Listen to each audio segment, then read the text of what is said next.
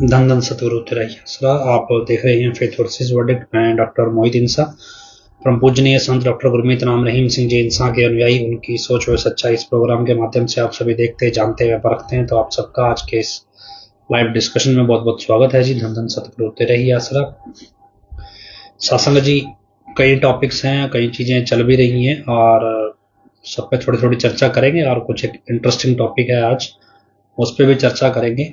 क्योंकि क्या है कि अंधभक्तों की फौज है, उन्होंने रूहानियत का मजाक बना देते हैं वो, तो असली में चीज़ें कुछ और होती हैं। और क्योंकि उन्होंने सुनी सुनाई होती है, उनको समझ तो होती नहीं है भी कितनी बड़ी बात होती है, कैसे वो मजाक में उसको लिख देते हैं।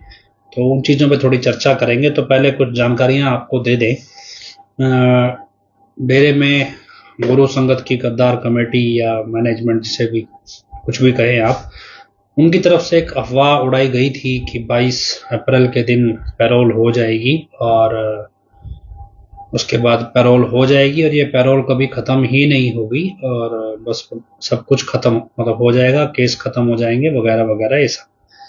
इसके अलावा एक पैरेलल कहानी चल रही है अक्टूबर 2023 से कि 15 मई को हजूर पिताजी के जो केसेस हैं, तीनों केस हैं, वो ख़त्म हो जाएंगे और बरी हो जाएंगे पिताजी उससे। ये कहानी चल रही है और इसकी पुष्टि हालांकि कई लोग कर रहे हैं भी, और लेकिन इसके पीछे वो ये बता रहे हैं कि बड़े लेवल की खरीद फरोख्त चल रही है जुडिशरी लेवल पे, क्योंकि इतने एडवांस में कोई इस तरह से इतने बड़े कोर्ट के फैसलों के बारे में नहीं बताता।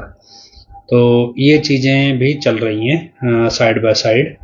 और तीसरा क्या है कि अभी आप कभी देखते हो बार बार एडम ब्लॉक से या आईटी विंग के लोग जो भी हैं, बार बार चीज़ें डाल देते हैं। अभी मौज जाहिर होने वाली है, मौज ये होने वाली है, ऐसे मतलब बड़ी बड़ी बातें। कई बार क्या है कि जो जैसे आम तौर पे जो पंजाब के लोग हैं या जिनके साथ ये घटनाक्रम, जिनको पता है, जिन्होंने इतिहास पढ़ा है, और उन्होंने क्या किया कि उनको पता होता है एटलीस्ट कि ये मौज जाहिर होना होता क्या है। और ये कोई साधारण घटना नहीं होती, ये बहुत असाधारण घटना होती है। और जाहिर होने का मतलब क्या, भी उसका आलोप होना भी जरूरी है। मतलब आलोप होना जरूरी है, उसको लेकर कंफ्यूजन होना जरूरी है, तभी जाहिर होगा भी सही कौन है और गलत कौन है। तो ये सारी चीजें होनी जरूरी है, तभी मौज के जाहिर होने का मतलब होता है। 2-2 महीने बाद पैरोल पे आना मौज जाहिर होना नहीं होता भी, ये एक अलग घटनाक्रम है। और एक जानकारी और आपको पहले दे दें कि केस लगाया था एक हाई कोर्ट में, अपने कल जानकारी भी दी थी कि आज सुबह ही दी थी कि हाई कोर्ट में कि जो असली नकली वाले मामले में, तो हालांकि 1000 से ऊपर लोगों ने साइन किए थे पिटीशन पे, और जिन्होंने किए थे उनको पता है 1000 लोगों से ऊपर लोगों ने साइन करके कागज दिए थे। तो फरवरी से वो पिटीशन हमने हाई कोर्ट में लगाई थी। अब फरवरी से वो पिटीशन हाई कोर्ट ने लेके रख ली। 1 महीना वो पिटीशन हाई कोर्ट के चीफ जस्टिस के टेबल पे पड़ी रही, 1 से 1.5 महीना जद्दोजहद चलती रही कि भी हमारी पिटीशन लगाते क्यों नहीं है। होगा जी, चीफ जस्टिस के टेबल पे पड़ी है, वो वापस ही नहीं कर रहा है फाइल। और करते करते करते वो फाइल वापस आई, फिर उसमें कमियां निकाल दी, फिर वो कमियां ठीक करी। तो ऐसे करते करते वो अचानक से कल पता चला कि वो फाइल मंजूर हो गई है और आज उसकी सुनवाई थी।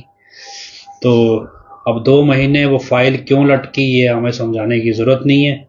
और लटकने के बाद जब सुनवाई होनी थी तो भी हमें समझने की जरूरत नहीं थी कि भी क्या होना है क्या नहीं होना है, ये सब पहले से पता था। बस ये अभी वो कागजों में खाना पूर्ति होनी है, और वही खाना पूर्ति कागजों में कोर्ट ने कर दी। तो खाना पूर्ति करके बस ये बोल दिया भी इस कोर्ट में नहीं लगाना, आप दूसरी कोर्ट में जाके लगा सकते हो। मतलब जिला अदालत में मामला, हाई कोर्ट में ये नहीं लग सकता, छोटी कोर्ट में जाके लगाओ।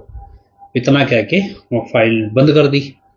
मतलब ये क्या है कि हाई कोर्ट चंडीगढ़ कितनी समझदार है और कितनी मतलब जिम्मेवारी से काम करती है, वो तो हम पिछले 6-7 साल से देखते आ ही रहे। तो इसलिए वो कोई बड़ा इशू नहीं था, अभी केस लगेगा और कुछ हो जाएगा।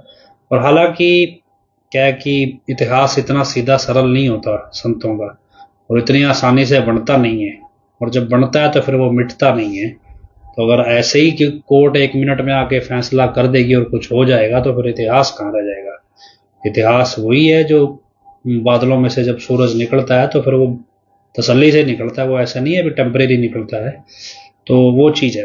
तो खैर हम वापस अपने टॉपिक पे आते हैं। अभी मौज का जाहिर होना, पंजाब के लोग तो इस इतिहास को समझते हैं। अभी जैसे गुरु तेग बहादुर जी थे, हम मान लो सिखों में 10 गुरु माने जाते हैं, तो जो 8वें गुरु थे उन्होंने क्या किया, वो मतलब छोटे बच्चे के रूप में थे और वो ज़्यादा समय नहीं रहे जीवित। तो उन्होंने बोल दिया भी किसी जगह पे भी, वहाँ जैसे बाबा बकाला में बोल दिया, बकाला पंजाब में एक जगह है भी, बकाला में आपको गुरु मिलेंगे, अगले जो गुरु मिलेंगे। अब उन्होंने गुरु की पहचान तो बताई नहीं, बस ये बता दिया भी बकाला में मिलेंगे। तो अब जितने भी गुरु बनने के चाहवान थे वो सारे बकाला में अपनी अपनी चटाई बिछा के बैठ गए। गुरु कौन है, असली कौन है, पता ही ना चले, और क्योंकि पहचान कोई बताई नहीं। तो फिर वो पिताजी कहानी सुनाया करते हैं, अभी किसी का जहाज डूब रहा था, मक्खन शाह लुबाना का, और उसका जहाज पार उतारा हुआ तो मक्खन शाह लुबाना ने जाके पहचान की और गुरु तेग बहादुर जी जाहिर हुए। मतलब उनका पता चला भी इन सब नकलियों में से असली कौन है। तो मतलब उनका जाहिर होना होता है संतों का, इसे कहते हैं मौज का जाहिर होना। तो ऐसे ही मतलब कहें भी हजूर पिताजी को लेके आज असमंजस खड़ा हो गया भी, नकली असली ये सब कुछ लेके। तो अगर मौज ने जाहिर होना है तो मौज को लेके कंफ्यूजन भी होगा, और मौज का आलोप होना भी जरूरी है उस सब के लिए। और उसका आलोप होगा तो फिर उसको लेके कंफ्यूजन होगा तो उसका सच भी सामने आएगा। तो ये सब चीजें मतलब एक पैटर्न है। आपको एक मजेदार चीज जो सुनाता हूँ, जो पिछले 1-2 दिन में हमने एक्सपेरिमेंट करके देखी है, शायद आपको इंटरेस्टिंग लगे। गुरु गोविंद सिंह की किस्सा सुनाते हैं आपको एक। गुरु गोविंद सिंह जी के बारे में सुनते हैं, उन्होंने बड़ी लड़ाइयाँ लड़ी, और लड़ाई लड़ने के बाद मतलब कहते हैं भी कमर कस होता है, जैसे हम कहते हैं भी कमर कस लो। जैसे जब फौजी लड़ता है तो बेल्ट बांधता है, भी कमर कस लेता है। मसला ये होता है कि लड़ाई के टाइम पे कमर को कसा जाता है भी झटका ना खा जाए कमर, तो इसलिए कमर कसना कहते हैं। तो ऐसे ही जब गुरु गोविंद सिंह जी ने लड़ाई जब मुगलों के साथ जैसे भी जिस रूप में भी शुरू हुई, तो कहते हैं उन्होंने कमर कस ली थी। और ऐसे ही जब उन्होंने लड़ाई समाप्त करी अपनी तरफ से, तो उन्होंने कहते हैं भी कमर कस खोल लिया, तो आराम मतलब रिलैक्स होना होता है, तो उसको पंजाबी में बोलते हैं दम लेना, भी रिलैक्स होना, सांस ले लो।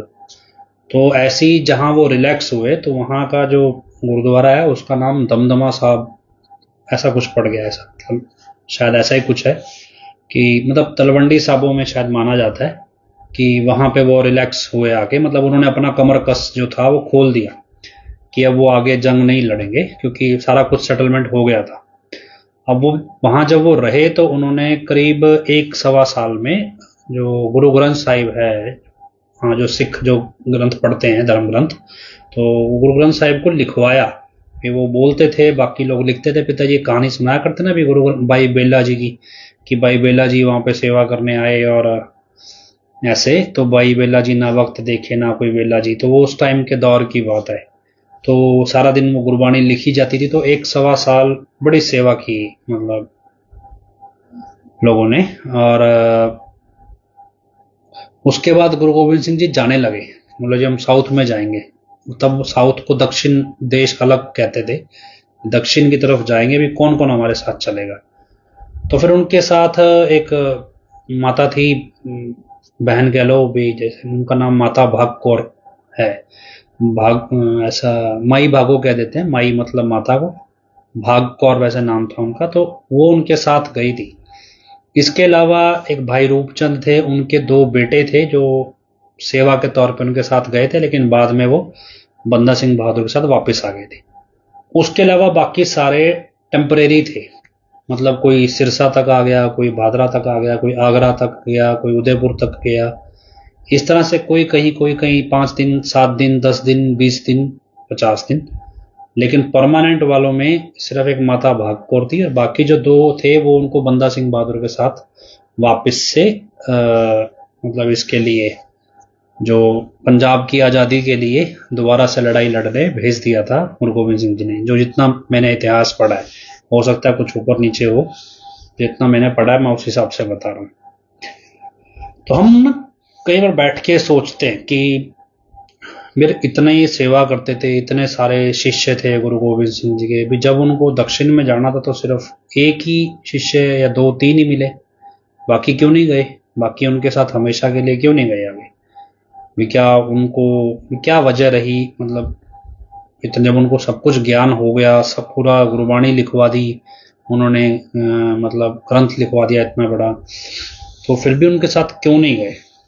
तो खैर ये हम सोचते थे, हमें तो कभी इसका आंसर नहीं मिला। ये पुरानी बात, ऐसा नहीं कि अभी की बात है, सोचते थे, कभी कभार मन में सवाल उठता था। थोड़े दिन पहले मजाक मजाक में हमने, कल परसों की बात ही है, एक मीटिंग रख ली 20-25 लोगों की, ऐसे ही जो थोड़े रूटीन में टच में रहते हैं उन लोगों की। मीटिंग रखने के बाद मीटिंग में चर्चा चल पड़ी भी अगर पिताजी आ जाएंगे तब हम क्या करेंगे? भी अगर पिताजी आ जाएंगे, आज नहीं तो कल कभी तो आएंगे, और जब आ जाएंगे तो क्या करेंगे हम? तो पिताजी हमसे कुछ पूछेंगे तो क्या कहेंगे उनसे? तो इस मसले पर चर्चा चल पड़ी भी किस तरह की सेवा करेंगे भी। कल को पिताजी हमारे को कोई सेवा देंगे भी तो क्या सेवा करना पसंद करेंगे? कितने दिन सेवा पे लगाएंगे? 5 दिन, 7 दिन, 10 दिन, 20 दिन? तो ऐसे डिस्कशन चल पड़ा। अब क्या है कि कभी इस बात पे विचार ही नहीं किया था कि भी पिताजी के आने के बाद क्या सिचुएशन होगी। उससे पहले तक का तो सोच रखा है, उसके बाद कुछ नहीं सोचा, तो लेकिन डिस्कशन में चल पड़ा कि क्या करेंगे। अब चल पड़ा तो क्या, चलो अपने अपने विचार दो, जो जितने भी लोग जुड़े हुए थे तो सबने अपने अपने विचार देने शुरू किए भी। किसी को लगा भी मैं 1 महीना दे सकता हूँ, किसी को लगा जी 15 दिन दे सकता हूँ, किसी को लगा भी 2 महीने, किसी को लगता है भी मैं 6 महीने दे सकता हूँ सेवा में। तो ऐसे सब अपने अपने कैलकुलेशन करने लगे भी यार पिताजी के आने के बाद सही बात है भी कुछ क्या करेंगे सेवा में भी, कितना समय निकालेंगे। तो सब कैलकुलेट करने लगे तो आपस में असमंजस की स्थिति खड़ी हुई। अब क्या हुआ, अभी किसी को लगता है यार मेरे को तो बच्चों की शादी करनी है, किसी को लगता है यार मेरी तो नौकरी की रिटायरमेंट रहती है 2-3 साल की, रिटायरमेंट पूरी कर लें। तो हर किसी का मतलब अपना अपना वर्जन था। तो ऐसे सबके जीवन में कोई ना कोई बंधन है भी। किसी के जीवन में बच्चों की जिम्मेदारी है, किसी के ऊपर परिवार की जिम्मेदारी है, किसी के ऊपर माँ बाप की जिम्मेदारी है, सबके ऊपर कोई ना कोई जिम्मेदारी है। और सब उस जिम्मेदारी का आकलन करने लगे भी यार इस जिम्मेदारी को छोड़ के अगर डेरे में चले जाएंगे परमानेंट सेवा में तो कैसे जाएंगे। अब ये चर्चा चलते चलते फिर वापस से डिस्कशन में आई और समझने लगे भी है क्या। फिर आखिर में जब सबके व्यूज लेने के बाद हमें, वो तो चलो एक मजाक की बात थी चल रही थी, लेकिन ये समझ में आया भी गुरु गोविंद सिंह के साथ कोई लोग, इतने लोग क्यों नहीं गए। असल में क्या है कि गुरु प्रेम का मार्ग और गुरु के साथ जिंदगी जीना, ये दो अलग अलग, मतलब गुरु प्रेम का मार्ग, गुरु के साथ जिंदगी बिताना, और गुरु के शरण में रह के भी हम कहें कि अपने दुख खत्म करना, अपने जिंदगी को मतलब स्ट्रीमलाइन करना, ये अलग अलग चीजें हैं। गुरु प्रेम का रास्ता बिल्कुल अलग है। पिताजी एक अभी वीडियो थोड़े दिन पहले एक सत्संग में सुन रहे थे, पिताजी उसमें बोलते हैं शिष्य तो बहुत सारे लोग बन जाते हैं, मैंने शायद शेयर भी की थी इसमें। शिष्य तो बहुत सारे, शिष्य तो क्या जिसने नाम ले लिया वो शिष्य बन ही गया। शिष्य तो बहुत सारे लोग बन जाते हैं। गुरसिख एक वर्ड होता है, या जिसको हम गुरुमुख कह देते हैं, गुरुमुखता भी। गुरुसिख जो होगा वो कैसा होगा भी? गुरुसिख क्या है कि गुरुसिख अपने भीतर की बुराइयों से लगातार लड़ता है, काम क्रोध लोभ मोह और अहंकार से तो लड़ता है। अब मान लो हम सिमरन करते हैं, ठीक है, काम क्रोध लोभ से भी लड़ लेंगे, अहंकार से भी लड़ेंगे। अब परिवार की जिम्मेदारी में मोह बंध जाता है, चलो भी परिवार की जिम्मेदारी में। अब जब हमारी चर्चा चली तो हम इसी चीज पे चर्चा करने लगे भी यार हम 6 साल 7 साल अगर हम लगा रहे हैं इस चीज पे, तो भी उसके बाद हम सोच रहे हैं भी यार पिताजी आएंगे तो हम कितने दिन देंगे। तुम 7 साल किस रास्ते पे चले हैं? नहीं, क्या हमें 6 साल जो 7 साल आए किस रास्ते पे चले? क्या ये गुरु प्रेम का रास्ता था या गुरु से कोई सुविधा पाने का रास्ता था?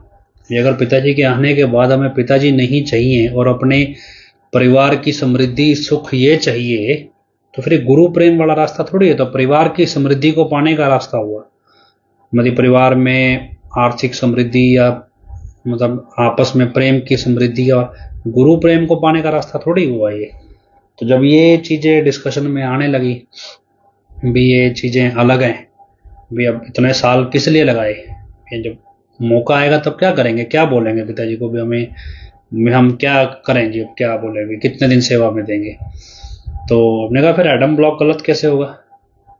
अब अगर आपके मन में सवाल उठे कि भी पिताजी को एडम ब्लॉक के बंदों को निकाल देना चाहिए था, तो जब हम सेवा के लिए हमारे पास टाइम ही नहीं है, हम 1 महीना 2 महीना 6 महीना, तो सेवा में तो वही लोग आगे रहेंगे जिनको सारी उम्र देनी है।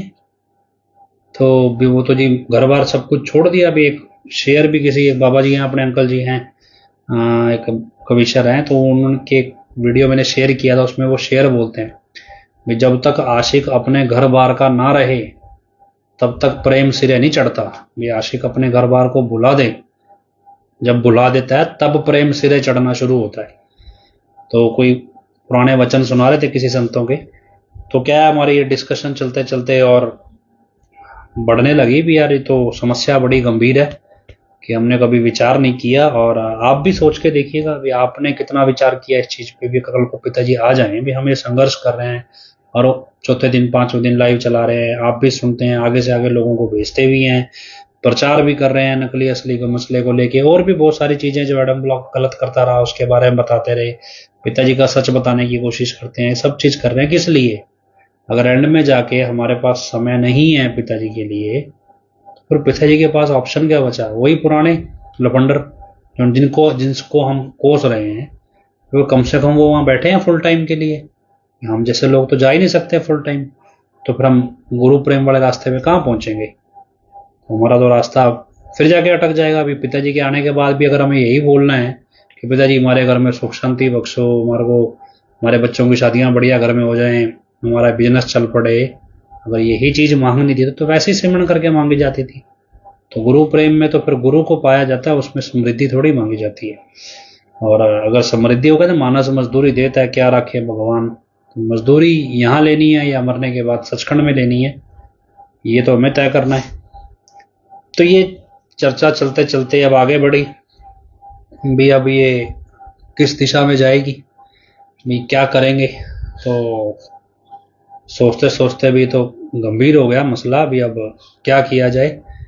तो उस मसले पे विचार होने लगा। फिर क्या होता है, फिर कैलकुलेशन चल पड़ी, चलो ऐसी कौन सी सेवा है भी जिसमें परिवार को भी संभाल लें और सेवा भी चल जाए, ऐसी सेवा मिल जाए तो बढ़िया रहेगा।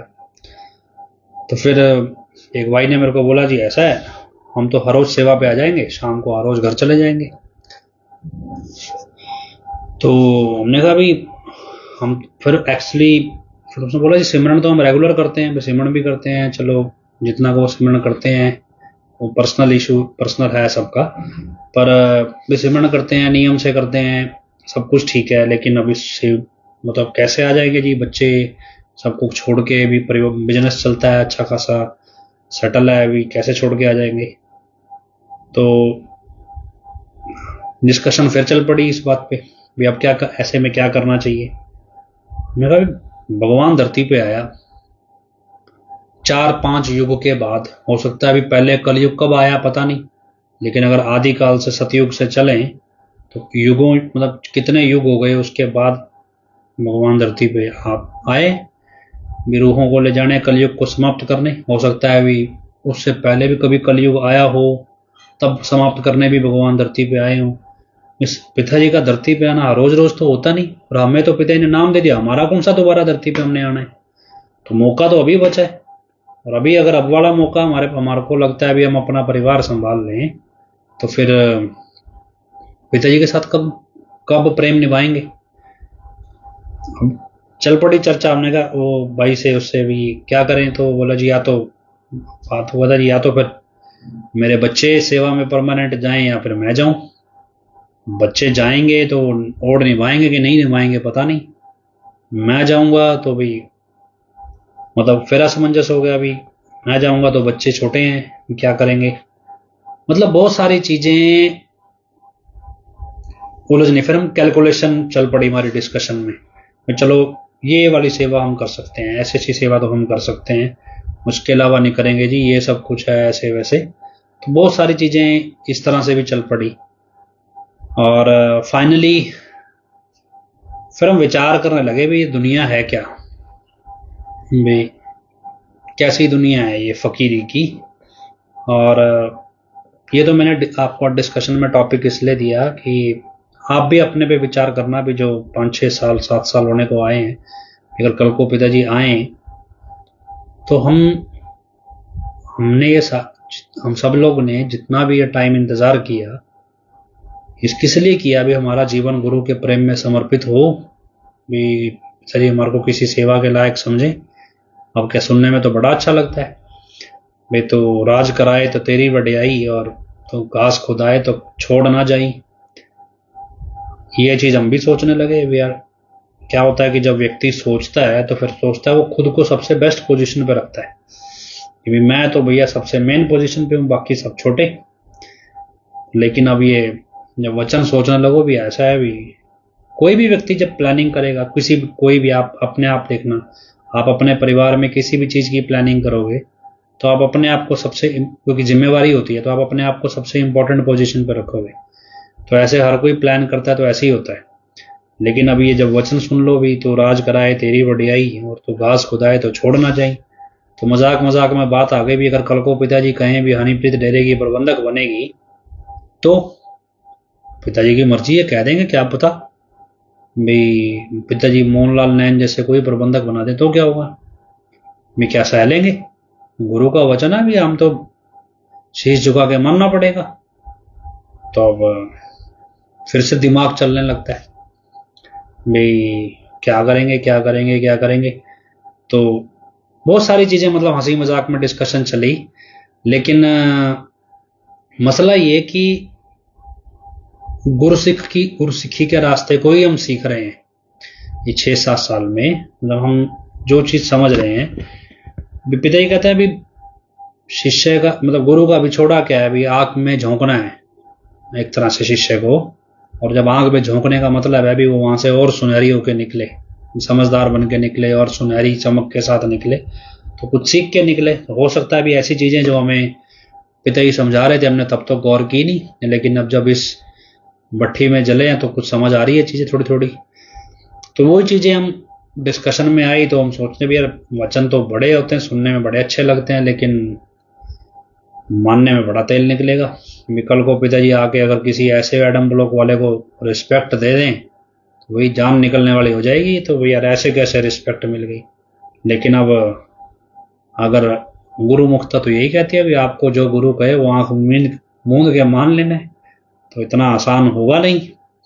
और जब होगा नहीं तो फिर मतलब ये सारी चीज़ क्या है, ये अपने आप से जद्दोजहद है, लड़ना है भी। अब इस कशमकश से हम बाहर निकलेंगे तो हम फकीरी की दुनिया समझ पाएंगे।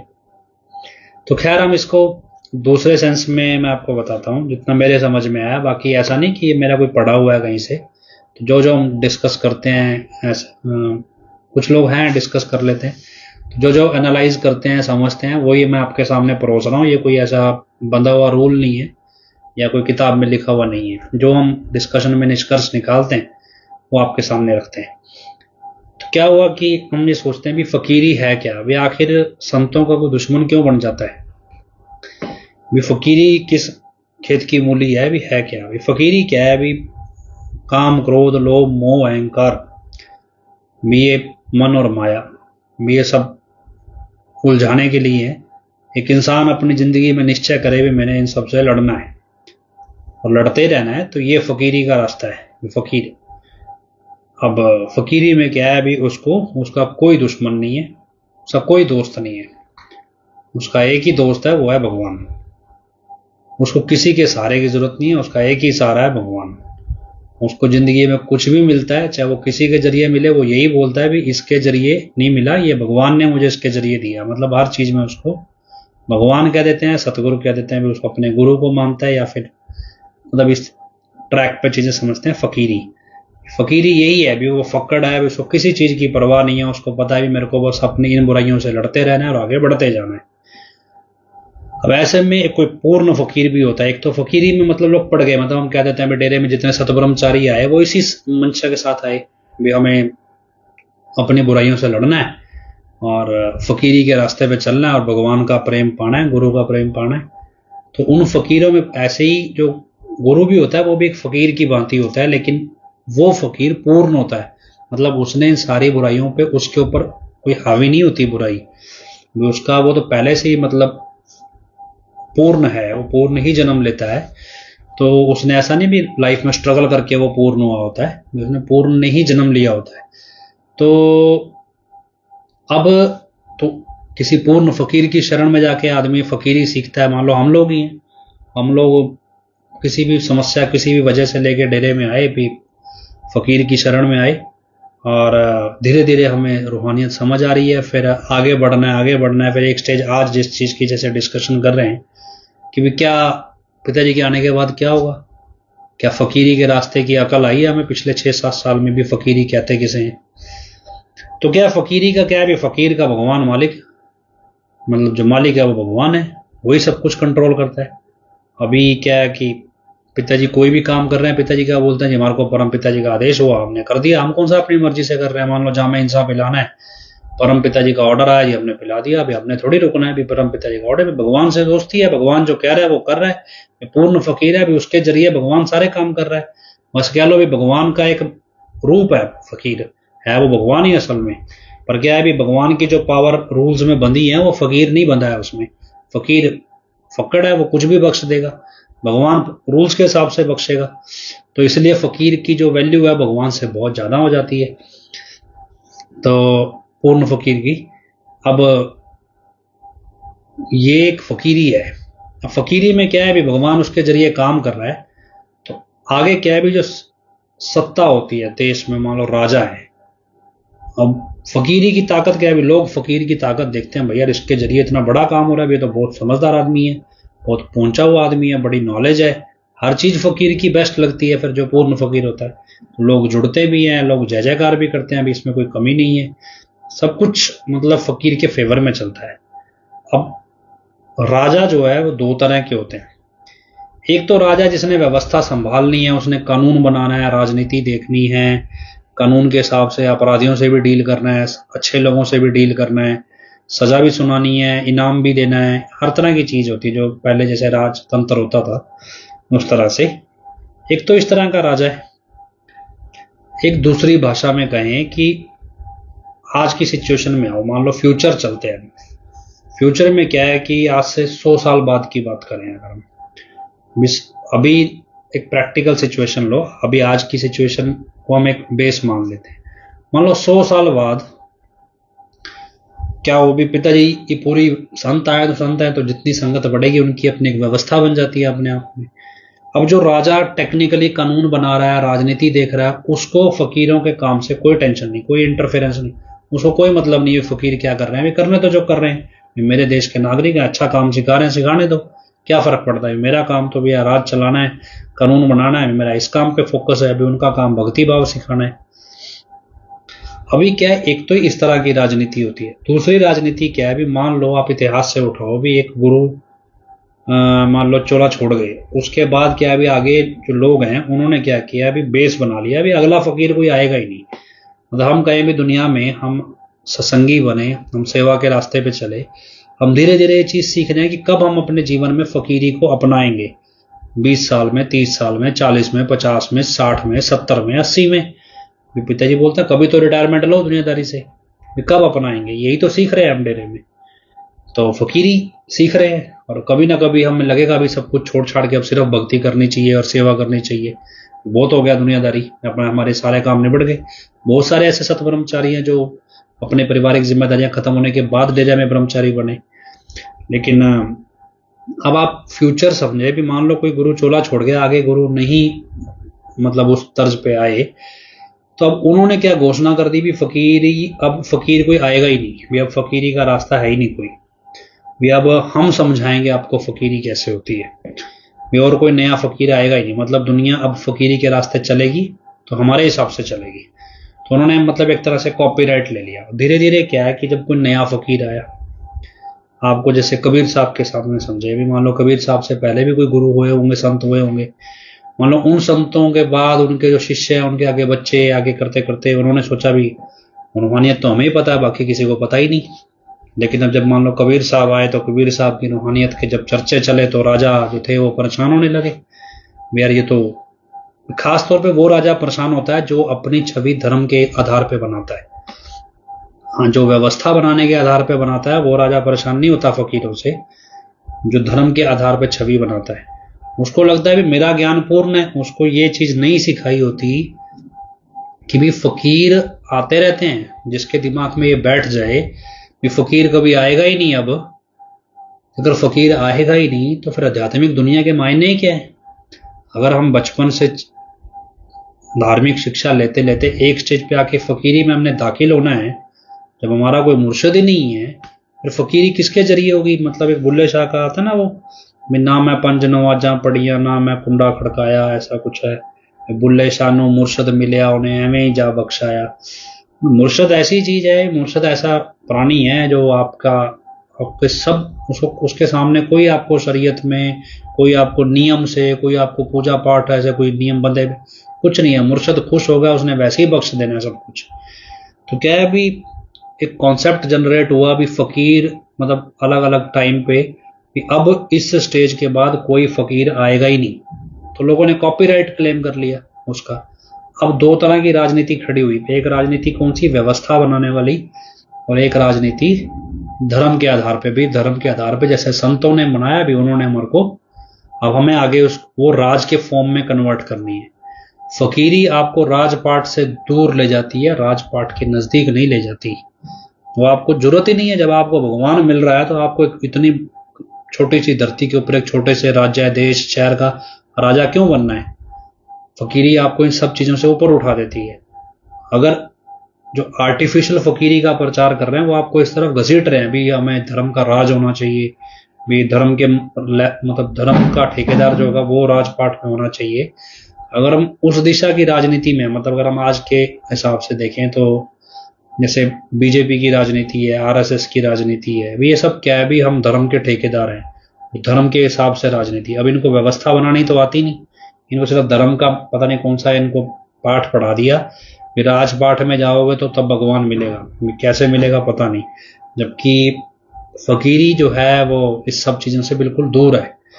ये सारी चीजें मतलब हम देख रहे हैं। और फाइनली क्या है अभी, अब हमें तो फकीर मिल गया। जिन्होंने मान लिया अभी फकीर कभी आएगा ही नहीं, तो कई बार मेरी बहस भी हुई कुछ लोगों से। कल थोड़े दिन पहले एक लड़के से बात हो रही थी, वो कहता जी हमारी, मेरे साथ कुछ लोग चर्चा करते हैं, तो मेरे साथ भी एक था भाई, वो हालांकि मैंने उसका नंबर ब्लॉक कर दिया, पर चर्चा वो भी बहुत करता था। तो कई बार हम चर्चा कर पड़ते हमने, मतलब जैसे सिख की सबसे नज़दीक इतिहास क्या है, जब हम गुरु प्रथा को या फकीरी को सीखते हैं या जानते हैं तो हमें सबसे नज़दीक इतिहास जो है वो सिख इतिहास ही मिलता है। तो रेफरेंस के लिए हम सिख इतिहास ही पढ़ते हैं, क्योंकि अभी तो इतिहास बन रहा है। पुराना इतिहास सिख गुरुओं का, जो 10 गुरु साहिबान है उनका इतिहास है। तो चर्चा चल पड़ी ऐसे ही कि चल पड़ती है। तो वो मेरे को बोले जी ना जी सिक्खी बेटर है, ये ऐसे है, मतलब इन चीज़ों पे चर्चा चल पड़ी। भी फकीरी फकीरी है, वो किसी रूप में भी हो, फकीरी की तरफ बढ़ना ही भक्ति है, उसमें आपकी पहचान नहीं है।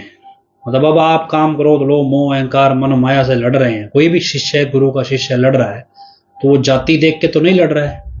वो ऐसा तो नहीं है भी मान लो कोई ऊंची जाति का वो जल्दी लड़ पाएगा और जो छोटी जाति का वो देर में लड़ेगा। जो जितना लड़ेगा वो फकीरी में आगे बढ़ेगा।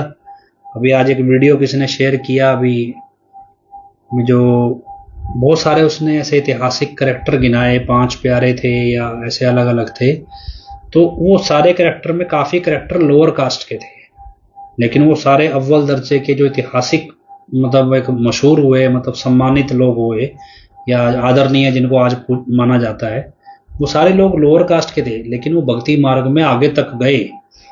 तो ये चीज़ हुई। तो हम ऐसे सिख इतिहास में डिस्कशन करने लगे भी जात पात तो है नहीं, जात पात का तो कोई मतलब ही नहीं है, क्योंकि अब फकीरी के रास्ते में गए वहां तो हमें अपने बुराई से लड़ना है और अपने गुरु का प्रेम पाना है।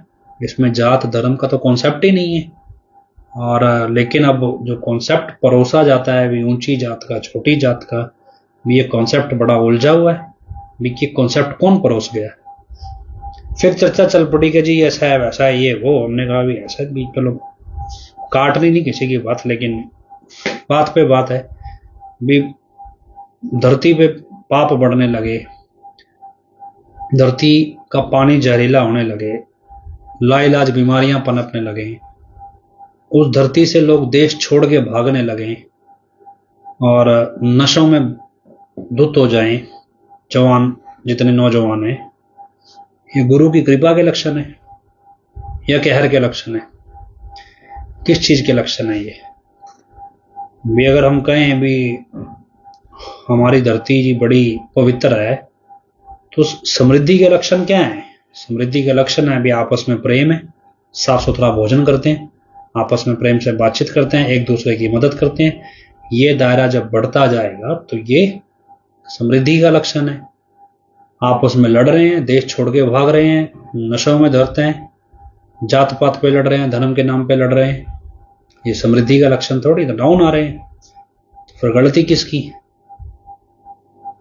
मतलब क्या है कि फकीरी में, फकीर नहीं है अगर आपके जीवन में, तो आपके जीवन में आपकी अपनी एक हस्ती बनाओगे। हम अगर हमारे जीवन में पिताजी ना हो तो एक स्टेज पे आके हम अपनी कोई ना कोई हस्ती बनाएंगे ना किसी के साथ, किसी ना किसी के जरिए।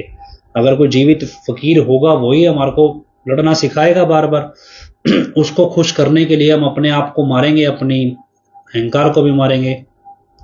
वो खुश नहीं होगा तब तक लगे रहेंगे भी। अब मान लो हम यहाँ बैठे हैं, कोई देख नहीं रहा हमारे को, कोई गलती कर रहे हैं तो कौन देख रहा है, किसका डर है भी? यार अगर आज गलती करेंगे कल को पिताजी आएंगे तो क्या मुंह दिखाएंगे?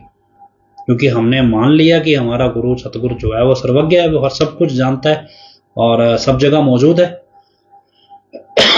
ऐसे में हमें प्रेम कैसे मिलेगा? तो जब गुरु है, उसका कन कन में होना उसका आपको मंजूर है, तो आप उस बुराई से लड़ भी पाओगे, महसूस कर पाओगे। जब है ही नहीं तो कैसे महसूस करोगे? एक छोटे सा एक वो लिखते ना भी, गुरु का दर्शन देख देख जीवा, गुरु के चरण तोए तोए पीवा। गुरु का दर्शन गुरु चाहे तो ही मिलता है, शिष्य की मर्जी से नहीं मिलता है गुरु का दर्शन। अगर कोई कहे जी मेरे पास गुरु परमानेंट आ गया, जब जब चाहूं मैं इसके दर्शन कर लूं, जब चाहूं मैं इसको बंद कर दूं कमरे में, गुरु का दर्शन गुरु की मर्जी से होगा। गुरु जब चाहेगा तब दर्शन देगा। तो हमने चर्चा चल पड़ी कई बार चली कि जी कभी आपका मन नहीं करता भी गुरु, कोई गुरु हो आपका और उसका आपको वो दर्शन दे, आपसे बात करे, भी मन नहीं करता कभी देखने का, बात करने का? तो कोई आपको भी लगे यार भी इसके लिए मैं कुछ करूं, मेरा गुरु है, मैं इनकी कोई सेवा बताए मैं करूं, मन नहीं करता। कई बार मेरे से लोग पूछते हैं जी आपने जो जेल में टाइम, मैंने जो जेल में टाइम 5-7 दिन बिताए, भी कुछ नया एक्सपीरियंस क्या था? तो वहां पे कुछ लोग ऐसे ही थे, थोड़े पेशेवर टाइप के, मतलब गर्म दिमाग के अपराधी। पर वो क्या है भी, वो अपने ये पूजा पाठ के नियम में बड़े मजबूत थे। मतलब सुबह उठ के अरदास बोलना, 1 घंटा वो नित्य नेम कह देते हैं वो करना, इस चीज में बड़े मतलब पक्के थे। लेकिन दूसरी तरफ वो लड़ने में भी पूरे पक्के थे। उनसे मेरी कई बार डिस्कशन हुई इस चीज को लेके। हालांकि मैंने उन्हें ये बताया नहीं कि मैं डेरा सच्चा सौदा का शिष्य हूँ, और पर मेरी उससे कई बार डिस्कशन हुई इस मसले पे। और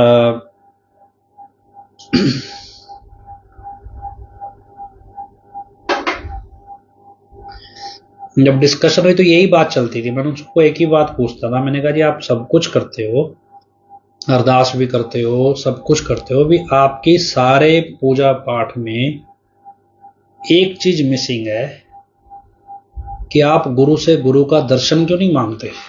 भी गुरु हमारे को दर्शन दे प्रकट होके। भी आप गुरु, वो हमारे को किस्से सुनाया करते गुरु गोविंद सिंह के, सुनाते हैं बड़े अच्छे अच्छे किस्से। मैं कहा जी आप, मैंने उनसे यही कहा था भी आप गुरु गोविंद सिंह के इतने बढ़िया बढ़िया किस्से सुनाते हो, कभी आपका मन नहीं करता भी गुरु गोविंद सिंह को देखा जाए भी कैसे थे गुरु गोविंद सिंह? कभी आप प्रार्थना में बोलते हो भी गुरु गोविंद सिंह जी हमें तो पता ही नहीं आप कैसे दिखते थे, आपकी तस्वीरें भी मतलब कौन सी असली हमें पता ही नहीं है, तो आप कभी हमारे को दर्शन दो, हमें पता तो चले भी आप कैसे दिखते थे। भी आप कभी अपनी प्रार्थनाओं में ये क्यों नहीं मांगते? तो आपको ये नहीं लगता भी कहीं गड़बड़ है? भी उसके बाद एक सवाल हम कई बार रखते हैं, हालांकि सवाल कंट्रोवर्शियल हो जाता है भी, संत का कोई भी कर्म जो है वो ऐसा हो ही नहीं सकता वो प्रेरणा ना देता हो। संत का कोई भी कर्म भी पूरे जीवन में उनका हर एक कर्म इंसान के लिए प्रेरणादायक है, पूरे जीवन का। इसलिए हम कहते हैं आइडियल जीवन जो होता है वो एक फकीर, पूर्ण फकीर का होता है, और वही रेफरेंस होता है। जैसे हम कहते हैं भी श्री रामचंद्र जी को मर्यादा पुरुषोत्तम कहते हैं भी एक बतौर एक राजा, क्योंकि उस टाइम ज्यादातर बुराई जो है वो राजाओं के जरिए लड़ती थी।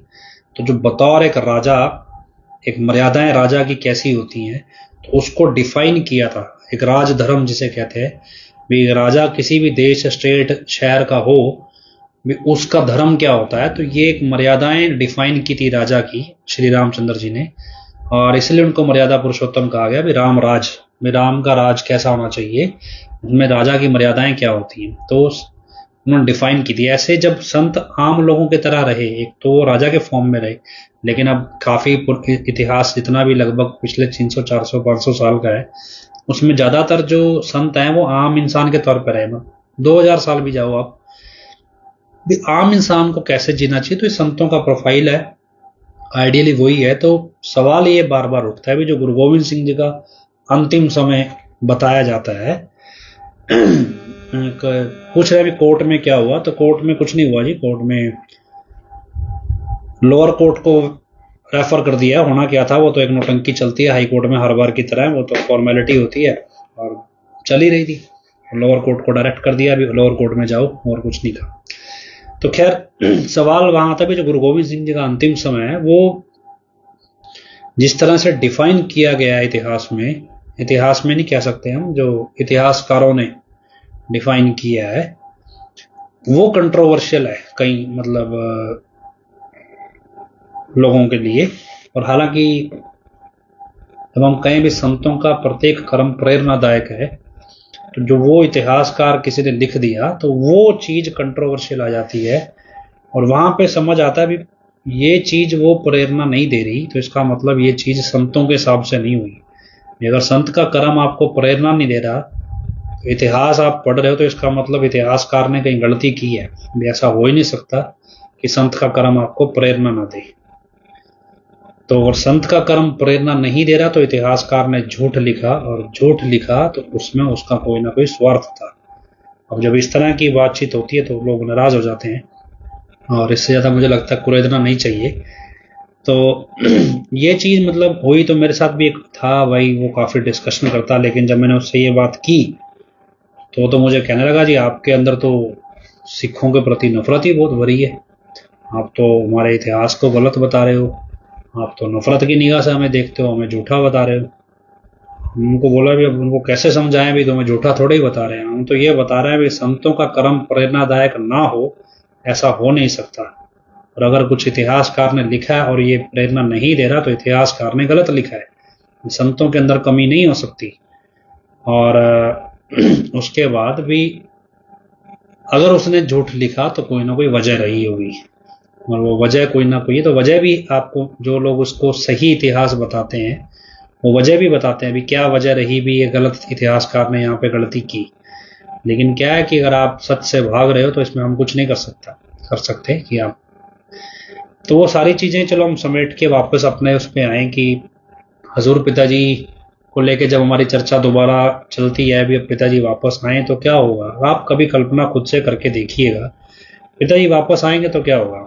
एक 45 पेपर ने बोला पहले कभी, जब तो ये नकली वाला नहीं आया, बोले तुम इतनी मगजमारी कर रहे हो, भागा दौड़ी कर रहे हो, किस लिए। पिताजी आज नहीं तो कल आ ही जाएंगे, क्या होगा ज्यादा से ज्यादा।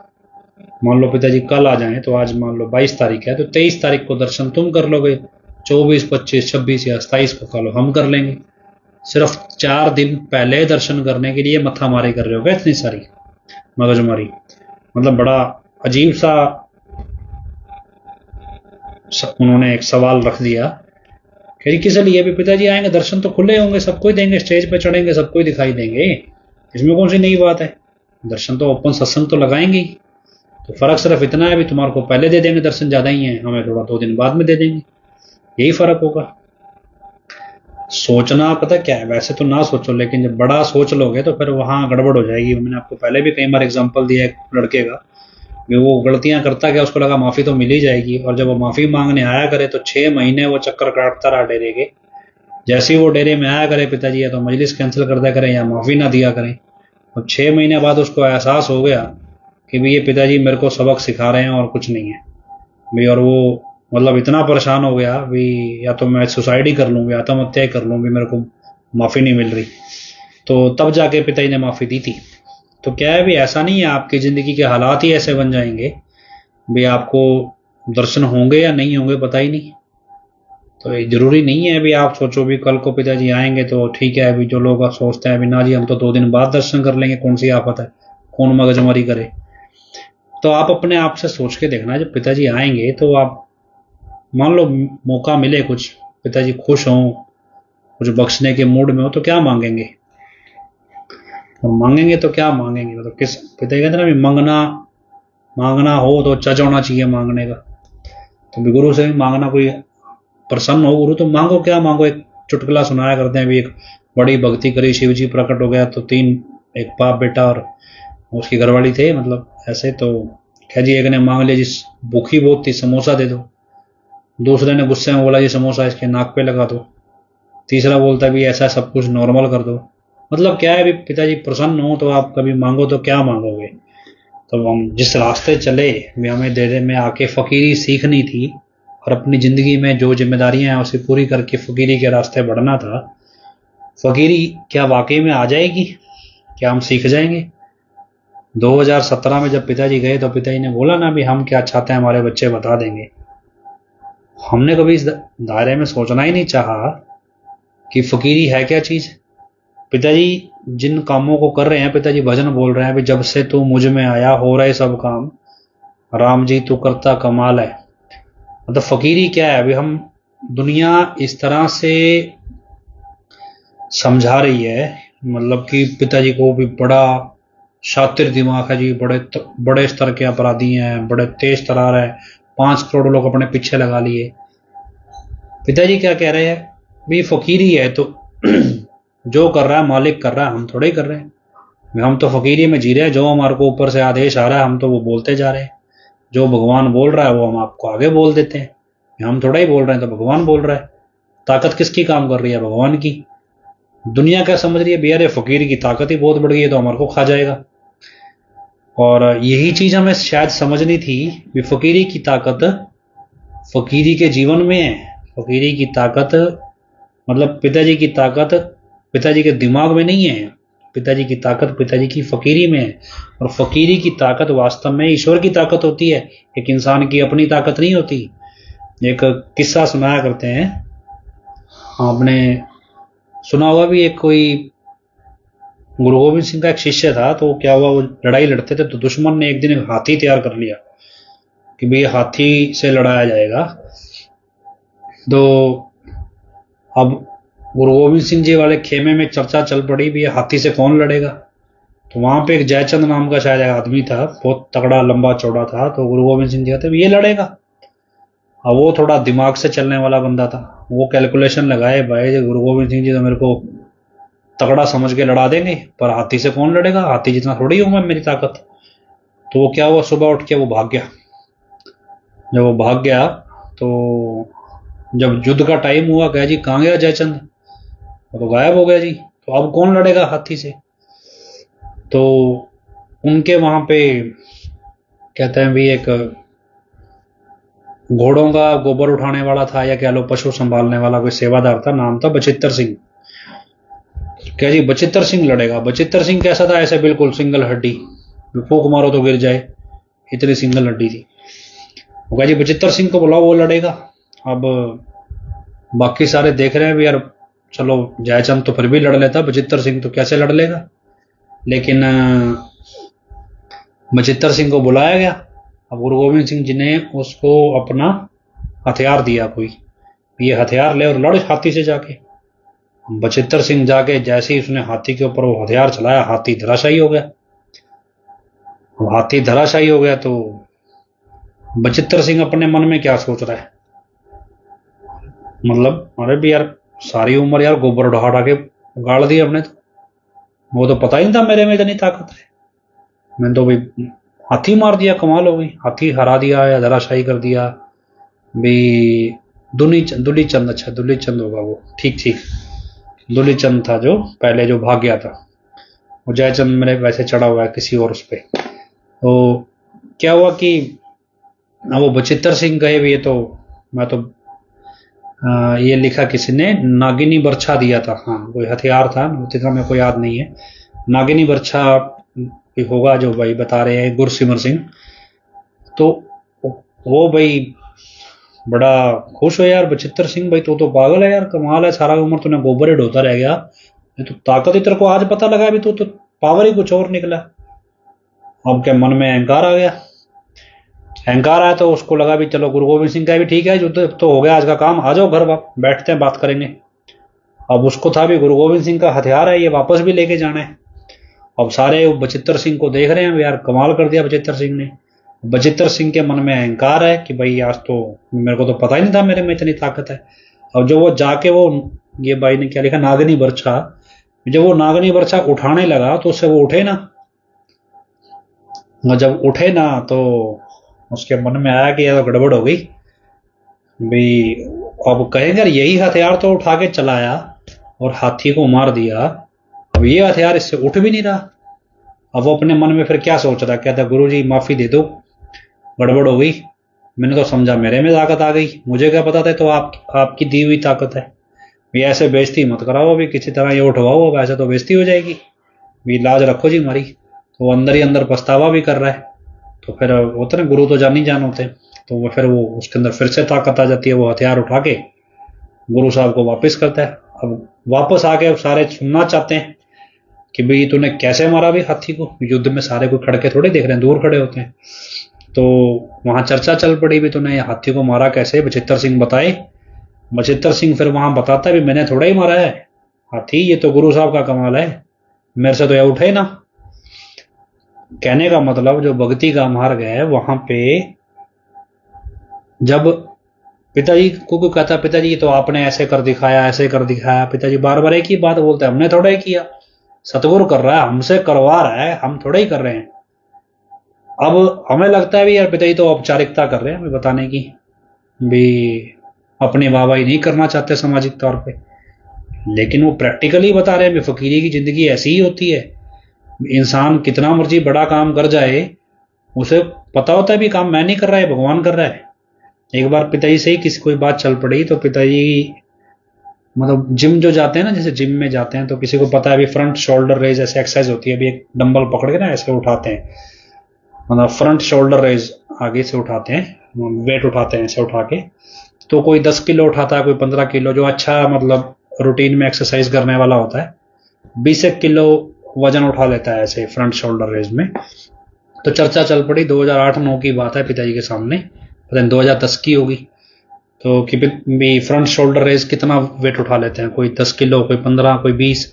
अच्छा बॉडी बिल्डर जो होता है वो 25 किलो भी उठा लेता है, मतलब अच्छा बॉडी बिल्डर, अच्छी स्ट्रेंथ वाला।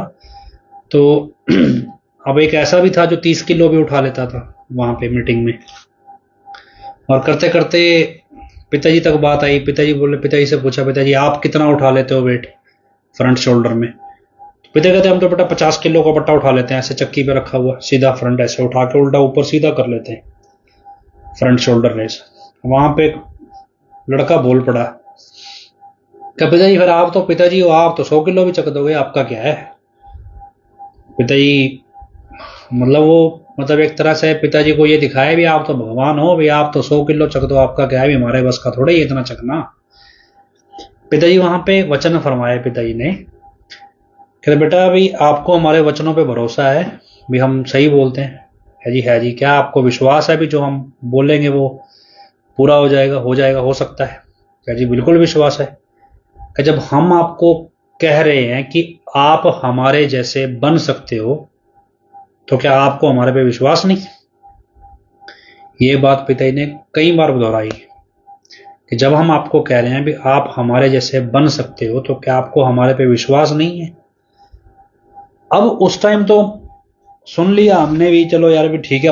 अब हमारा तो उस टाइम जितने बुद्धि थी तो इतना ही था भी यार 50 किलो का वजन थोड़ा ही चकना है भी। फिर दो चार मेरे जैसे बेवकूफ थे, उन्होंने क्या किया अभी जाके जिम मारना शुरू कर दिया, कभी अब तो 50 किलो चक्के दिखाएंगे। तो करते करते करते वो 35-38 किलो तक पहुंच गए। लेकिन आध्यात्मिक, हम तो स्टूडेंट थे उस टाइम पे, आध्यात्मिक तौर पे इसके मायने क्या है ये थोड़ा ही पता था कि पिताजी किस सेंस में बोल रहे हैं ये बात। तो ऐसी चीज जब पिताजी ने बोली तो आज जब उस वचनों के मायने समझते हैं तो पिताजी क्या बोलते हैं भी, अगर फकीरी के रास्ते कोई भी चले, अगर वो मान ले भी भगवान ही सब कुछ करेगा और उसको किसी से द्वेष नहीं है, उसका भगवान अपने आप संभाल लेगा। पिताजी ने कभी किसी से द्वेष निकाला? ये यूपी वाला है जो 2 करोड़ मांगता फिर रहा है कोर्टों में, पिताजी ने थोड़ी कभी द्वेष निकाला किसी से। फकीरी का मतलब ही यही है, उसको किसी से दुश्मनी नहीं है। भी संत जहां, पिताजी वो सुनाया करते, संत जहां भी होते हैं सबकी मांगत खैर, भी सबों से हमारी दोस्ती नहीं किसी से वैर। वैसे आमतौर पे भी समाज में ये वो बोला जाता है भी फकीर खड़ा बाजार में सबकी मांगे खैर, भी सबसे हमारी दोस्ती नहीं किसी से बैर। भी फकीर का बैर तो होता ही नहीं है। तो यूपी वाले ने आके 2-2 करोड़ मांगना शुरू किया, बैर पालना शुरू किया, फिर बोलते ना जी तो असली है। फकीरी की दुनिया ही ऐसी है। भी क्या इस 6-7 साल में हमें ये सीखनी थी फकीरी की दुनिया, भी कैसे सीखनी है, भी क्या थी ये फकीरी की दुनिया, भी हम नहीं सीख पाए क्या? इस 6-7 साल का संघर्ष हमें यही सिखाने के लिए था भी गुरुजी चाहते क्या है। तो कभी अपने आप से सवाल कीजिएगा भी पिताजी वापस आ जाएंगे तो क्या करेंगे हम? क्या फकीरी के रास्ते बढ़ेंगे तो कितनी जिम्मेदारियां हमारी पीछे पेंडिंग है, तो वो जिम्मेदारियां कैसे पूरी होंगी? क्या फकीरी का रास्ता कब चुनेंगे? क्या दोबारा मौका मिलेगा? या गुरु गोविंद सिंह का इतिहास याद कीजिएगा भी, क्यों उनको एक ही शिष्या मिली थी, वो बाघ को और माता वाघ को। इतना आसान नहीं है। अगर आप कल्पना करके देखेंगे भी, आप सोच के देखिए ना भी, क्या हम समूची जिंदगी बची हुई छोड़ के आ जाएंगे डेरे में आगे की? भी सोचते हैं तो बहुत सारी जिम्मेदारियों की लिस्ट आ जाती है, बहुत सारे पेंडिंग काम सामने आ जाएंगे। लेकिन फिर 6-7 साल में हमने सीखा ही क्या? गुरु का शिष्य से दूरी किस लिए है? वो शिष्य को कुछ ना कुछ सिखाना ही चाह रहा है और हम सीख ही नहीं रहे हैं। तो फिर गुरु वापस आए क्यों? भी सीखा ही नहीं अभी तक। और थोड़ा टाइम लग जाए शायद सीख जाए, करते करते 7 साल तो टपा दिए हमने लगभग। भी असल में पिताजी का वापस आना किसके कंट्रोल में? भी जिनके पीछे 27 साल पिताजी ने जोर लगाया भी, उनको समझ ही नहीं आया रूहानियत किस तरफ जानी। भी हमने दुनिया में सीखना क्या है फकीर की शरण में आके। और जब वो 7 साल हमसे दूर रह के हमें सिखाना चाह रहे हैं, जिस दिन हम सीख जाएंगे, यही सिखाने तो गए होंगे जेल, इनको अकल आ जाए। भी ऐसे तो समझते नहीं है, प्रबंधकों के पीछे लगे हुए हैं। भी अब अकल आएगी भी यार फकीरी क्या चीज है, पिताजी की वास्तविक ताकत किस चीज में है। पिताजी की वास्तविक ताकत दिमाग में नहीं, फकीरी जीवन में है। वो फकीरी जीवन क्या है? वो मस्त फकीर है जो उसको भगवान आदेश देता है वो करता है, और असल में वो फकीर नहीं कर रहा, जो कर रहा है वो भगवान कर रहा है। उसकी ताकत से कौन सा व्यक्ति डरता है? जिसने धर्म के नाम पे ठेकेदारी खड़ी करी हो, धर्म के नाम पे सत्ता खड़ी करी हो, उसको लगता है कि फकीरी जीवन पॉसिबल ही नहीं है।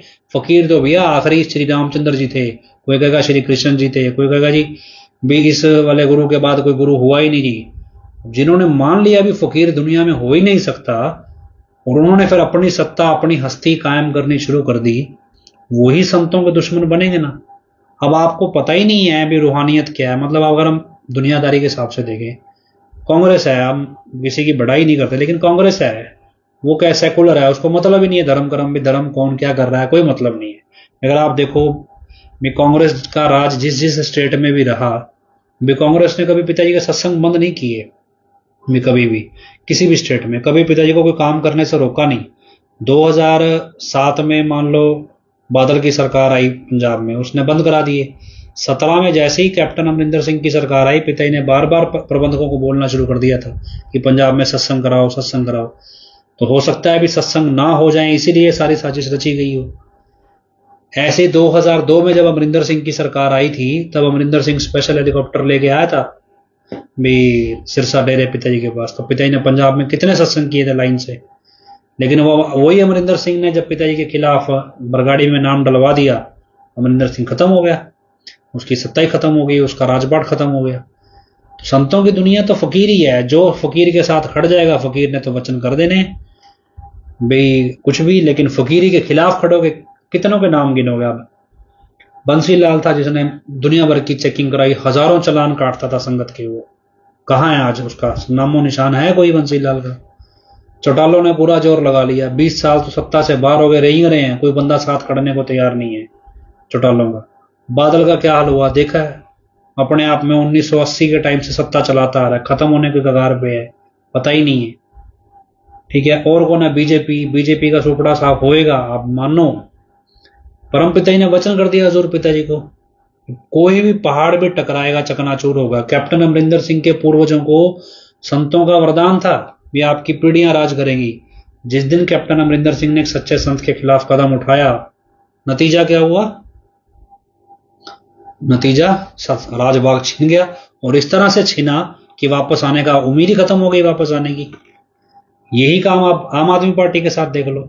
भगवंत मान की सरकार ने जिस तरह से पिताजी के खिलाफ फटाफट ये केस बनाने शुरू किए, प्रदीप क्लेर का मसला उठाना शुरू किया, उनका उठ गया ना चीफ, उनका चीफ उठ गया, खा रहे ना धक्के जेल में। आप नोटिस करो, जैसे ही हमें पता ना प्रदीप क्लेर का बयान पॉलिटिकल तरीके से लिखवाया गया, किसकी सरकार में, भगवंत मान की मर्जी के बिना हो गया काम। ये इन्होंने काम किया, उधर से उन्होंने उठा लिया केजरीवाल को साथ साथ ही, खत्म होनी शुरू हो गई आम आदमी पार्टी साथ साथ ही। तो क्या है, संतों की दुनिया ही ऐसी है, फकीरों की, फकीर थोड़ा ही बहुत दुआ दे रहा है, फकीर थोड़ी कुछ कर रहा है। आप उससे पंगा लिए चलो तो यूं ही थोड़ी, वो किसी ने बोला है कि कदे मत्था ना फकीरा ना लायो, लिखा देना औखा हो जुआ। फकीरी की दुनिया, मार लो मत्था, जो जो मारता जा रहा है खत्म होता जा रहा है। बीजेपी ने क्या है, उन्हें ज्यादा बड़ी ताकत बन के आए, ज्यादा बुरे तरीके से खत्म होंगे, इतनी आसानी से नहीं होंगे। बुराई का जो नेतृत्व वो करता है ना, उसका फिर एग्जाम्पल बनता है। अटल बिहारी वाजपेयी ने अपनी राजनीति चमकाने के लिए गुमनाम चिट्ठी पे कार्रवाई करवाई ना, नतीजा क्या हुआ, 11 साल बिस्तर पे पड़ा रहा, मौत होने के बाद भी 2 दिन मरा ही पड़ा रहा। घोषणा नहीं की सरकार ने कि भी अटल बिहारी वाजपेयी मर गए। तो क्या है भी, दुनिया में बेशक कैसा कवि था, कैसा नेता था पता नहीं, अध्यात्म की दुनिया में कोई कल्पना करेगा भी 11 साल कोई बंदा बिस्तर पे पड़ा रहे और कोई उससे मिलने ना आए और फिर उसको मौत आए, मतलब बंदा हर रोज मौत मांगे उसको मौत ना मिले। तो इतनी बदतर मौत होती है राम नाम के खिलाफ काम करने वालों की, इतनी सरलता थोड़ी है। तो क्या है जिंदगी, मतलब हम बात फिर वहां टॉपिक वापस ले आते हैं कि बैठ के कल्पना कीजिएगा, अगर पिताजी वापस आएंगे तो आप मौका देंगे अगर पिताजी, तो क्या मांगेंगे आप, अपनी आगे की जिंदगी कैसे देखते हैं, मतलब किस रूप में देखते हैं, जो भी है सोचिए, विचार कीजिए, अपने आप से सवाल जवाब कीजिए कि 6-7 साल में हमने सीखा क्या, और सीखा तो क्या हम उस पर चलने लायक हैं। कि यही चीज पिताजी हमें समझाना चाह रहे थे भी, रूहानियत पावर हासिल करने की रेस नहीं है, सम्मान हासिल करने की रेस नहीं है। अभी पिताजी के साथ 4 फोटो खींचेंगी या पिताजी के साथ हम दिखाई देंगे तो ही भी हमारी मतलब वैल्यू है, तो ही हमारा सम्मान है, या पिताजी के शारीरिक तौर पे नजदीक जाना यही हमारा सम्मान है, भी सम्मान है नहीं। फकीरी की दुनिया ही ऐसी है, भी सुनना बड़ा, सोचना बड़ा आसान है कि तू राज कराए तेरी बढ़ियाई, तो घास खुदाए तो छोड़ ना जाई। अब अगर कल को आगे पिताजी को आप समर्पित हो जाओ और पिताजी बोले भी ठीक है बेटा कर जो, एलोवेरा के खेतों में तुम्हारी ड्यूटी है, पता लगे घर में तो लगे हुए थे एसी, यहाँ मिल गई धूप, अगले दिन तेल निकल जाए, अच्छा यार फकीरी के रास्ते में पैर रखा, अगले दिन ही धूप में सड़ने लगे। तो क्या है कि फकीर की मौज है, वो किस रूप में क्या देगा पता नहीं। मानसिक तौर पे तो तैयार हो जाएं, शारीरिक तौर पे कैसे होएंगे पता नहीं, पर मानसिक तौर पे भी तैयार होना कोई मजाक नहीं है। और मैं ये नहीं कहता भी मैं तैयार हूँ, पर मुझे भी लगता है मेरे सामने बहुत सारी जिम्मेदारियां हैं, बहुत सारे काम हैं, और पर मैं अपने आप से सवाल करता हूँ भी, मजाक अपने आप खुद का ही उड़ाते हैं हम, यार हम इतने 6-7 साल में कर रहे हैं, पिताजी के आने के बाद करेंगे क्या, भी क्या मुंह दिखाएंगे, क्या पूछेंगे पिताजी को, क्या कहेंगे भी, कौन सी सेवा हम कर सकते हैं। फिर कल को जो बाकी जिम्मेदारियां उसका क्या करेंगे? मतलब है ना, अभी रूहानियत का रास्ता है, अभी अकल का दखल दोगे तो अकल जवाब दे जाएगी। तो क्या है, अभी अगर आंख बंद करके चल दोगे तो भूल भुला के, तो फिर वो कबीर भाई का वो श्लोक लिख बोल के वो मैंने शेयर किया था कि जब आशिक घर बार का ना रहे तभी इश्क परवान चढ़ता है। तो पिताजी का वापस आना हमारे हाथ में है, पिताजी के हाथ में नहीं।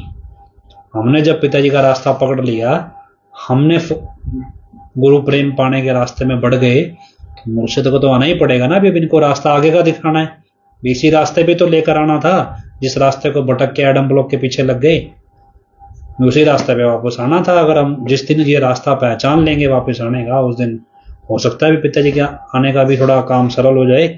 तो कमी किसने मतलब 2-3 साल पहले बोला था, क्या जी मुझे दर्शन हुए पिताजी के, और मैंने पिताजी से पूछा कि भाई इतनी देर क्यों लगा दी? तो पिता कहते पिताजी के सामने कोई संगत का बंदे खड़े थे, पिता कहे भी इनकी वजह से हुई देर। उस टाइम तो मेरे को उसका बात समझ में नहीं आई, क्या इनकी वजह से देर हुई है, हम तो कभी के आते। तो अब इतनी बात वो मेरे को बताया, मेरे को उस टाइम तो समझ में नहीं आई भी यार ऐसा क्या वजह रही भी, क्या देरी हुई भी, ऐसा क्या कर रहे हैं अभी जो देरी हो रही है। तो हमें खुद ही नहीं समझ में आ रहा। अभी हम कहाँ दौड़ रहे हैं? हम सम्मान हासिल करने की रेस में दौड़ रहे हैं, हम पावर हासिल करने की रेस में दौड़ रहे हैं, हम किस चीज की रेस में दौड़ रहे हैं? वो रेस हमें खत्म करनी पड़ेगी अपनी। और जब तक हम उस रेस में दौड़ते रहेंगे तो वो रेस हमारी व्यक्तिगत हस्ती की है। जब तक हमें ये नहीं समझ आएगा भी पिताजी के आने के बाद हमें अपना जीवन समर्पित करना है गुरु प्रेम में, गुरु की सेवा में, गुरु के मिशन में, और वहां पे हमको हमारी पहचान नहीं चाहिए। एक और चर्चा चल पड़ी, मेरा यार पिताजी के पास कौन क्या सेवा करेगा? तो अब कुछ सोचने लगा यार मैं तो सिक्योरिटी में जाऊंगा, मैं तो पिताजी की सुरक्षा में तैनात रहूंगा। कोई सोचे मैं तो यार पिताजी का ये वाला काम संभाल लूंगा, कोई कहे जी मैं पिताजी की रोटी बना लूंगा। मतलब अब क्या है कि सोचने में बड़ा मजेदार लगता है, लेकिन अब क्या है भी पिताजी के तो अनगिनत भगत है, जरूरी थोड़ा है भी हमारे इससे वो सेवा आएगी। लेकिन बात फिर वहीं की वहीं भी, मानसिक तौर पे तैयार हो भी सेवा घास खोदने की भी मिल सकती है, सेवा राज करने की भी मिल सकती है, लेकिन सेवा सेवा के तौर पे करनी है, ना राज सोचना है ना घास देखनी है। सुनना सोचना बड़ा आसान है, कैलकुलेट करने लगो तो खुद का दिमाग चकरा जाता है भी यार इतना आसान नहीं है जितना सोचा था। भी सुनने में रूहानियत तो भी ठीक है, पिताजी के साथ 4 फोटो खिंच गई भी ठीक है, लेकिन फकीरी इतनी सीधी चीज नहीं है। फकीरी बहुत टेढ़ी चीज है, और ये तभी निभाई जा सकती है जब आप भूल जाओ भी कोई दुनिया है आपकी अलग गुरु के अलावा। गुरु के अलावा आपको दूसरा शख्स दिखता ही नहीं है, तभी निभाई जा सकती है, वरना इधर उधर हल्का सा भी देखा तो खत्म है। और यही चीज क्या है, अभी अपने जैसे 5 मिनट सिमरन में नहीं बैठ सकते ध्यान लगा के गुरु की तरफ, जिंदगी कहाँ से लगा देंगे? तो क्या जद्दोजहद लड़ाई अपने आप से है, किसी और से नहीं है। तो खैर हम उम्मीद करते हैं सच्चाई जल्दी सामने आए, इस उम्मीद के साथ हजूर पिता के चरणों में नारा लगाते हैं नंदन सतगुरु तेरा ही आसरा। तो आप उम्मीद कोशिश कीजिएगा सोचने की, वक्त लगे भी, और बताइएगा अपने अपने ओपिनियंस क्या आपको अगर बताना चाहो। बाकी मर्जी है, देखो आपका नाम भी बताओ, मैं कोई ऐसा इतना बड़ा नहीं हूँ भी आप मेरे से शेयर करो, या सब किसी का व्यक्तिगत मसला है, गुरु से प्रेम सबका अपना व्यक्तिगत है। तो खैर आखिरी में अरदास बोलते हैं, धन धन सतगुरु तेरा ही आसरा, हे मालिक तुझे इलाज है, अब बहुत हो गया तो दया में रहमत कर, तेरे प्यार मोहब्बत की राह में हमें कोई दुख तकलीफ ना आए, तो ऐसी रहमत बख्श वह सबको सुमति दे, किस तरह से देनी है यह तो सब जानता है, जिसको जैसे देनी है वैसे दे, वो तेरी मर्जी। धन धन सतगुरु तेरे ही आसरा। सासंग जी अरदास ही अपने आप में बता देती है भी, पिताजी बोल सेवा सुमरण मालिक से प्रेम, पूछा करो सेवा क्या है। अभी हम करना चाह रहे हैं, जिम्मेदारियां घर की पीछे खींच रही हैं, सुमरण करते हैं तो ध्यान नहीं लगता। सतगुरु से प्यार बढ़ेगा कैसे जब तक उस रास्ते पे बढ़ नहीं रहे। और यही डिस्कशन अगर हमारी रूटीन में रहने लगे कि कितना बढ़ गए और बढ़ गए, बढ़े कि नहीं बढ़े, पीछे तो नहीं आ गए, इसी रेस में निकल जाएगी जिंदगी तो बढ़िया है। किसी और रेस में डल गए तो शायद मुश्किल है। इजाजत दीजिए, धन धन सतगुरु तेरे ही।